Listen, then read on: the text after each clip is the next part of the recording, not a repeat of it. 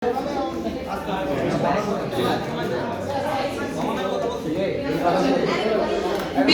changing the systems, we should change our thinking. বস্তু পরিবর্তনের আগে আমাদের ধারণা পরিবর্তন করা উচিত।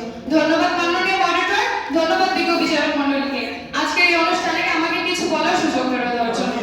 আজকের বিতর্কের বিষয় হচ্ছে শিক্ষা গ্রহণে মোবাইল ফোনই শিক্ষার্থীদের একমাত্র বাধা। সঙ্গত কারণে আমি এর বিপক্ষে কথা বলছি। বর্তমান যুগ তথ্য প্রযুক্তির যুগ। In the current 21st century, people are immobilized with the use mobile phones.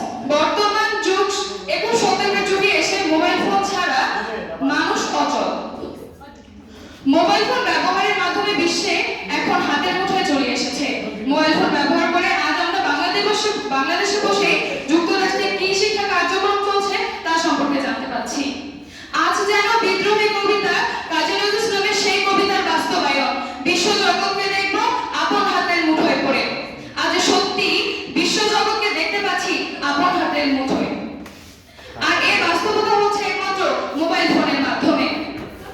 মাননীয় মডারেটর, মোবাইল ফোন শিক্ষার্থীদের শিক্ষার বাধা নয়, বরং এটি শিক্ষার দ্বার উন্মোচন করছে, শিক্ষাকে আরো উন্নত করছে। আমি আমার বিজ্ঞ দলের বন্ধুকে বিপরীত দলের বন্ধুকে বলতে চাচ্ছি, প্রশ্ন শুনতে চাচ্ছি, আজ আপনি কোনো কারণে কলেজে আসতে পারেননি, সেই পড়া আপনি কি মোবাইল ফোনের মধ্যে জানেন? মোবাইল ফোন থেকে জেনে নেবেন না, নাকি আপনি সশরীরে এসে সময় নষ্ট করে সেই পড়াটা জেনে নেবেন? মাননীয় মডারেটর, মোবাইল ফোন কখনোই বাধা হিসেবে কাজ করে না যদি তা আমরা সঠিক উপায়ে ব্যবহার করতে পারি। শুধু মোবাইল ফোনে নয়, যে কোনো জিনিস অপব্যবহার বা অসচেতনার ফলে আমাদের জীবন হতে পারে বিপন্ন। প্রতিপক্ষ বন্ধুর কাছে একটি উদাহরণ দিতে চাই। মনে করেন আপনি গ্যাসের চাবি অন করে বাইরে চলে গেছেন, কিছুক্ষণ পরে এসে চুলাটি জ্বালালেন এবং পুরো ঘরে বিস্ফোরণ ঘটলো। এখন আপনি কাকে দোষারোপ করবেন? চুলা গ্যাসটিকে নাকি আপনার নিজের অসচেতনাকে? বিতর্ক বন্ধু, তর্কের খাতিরে তর্ক করা যায়, কিন্তু বাস্তবতা ভিন্ন।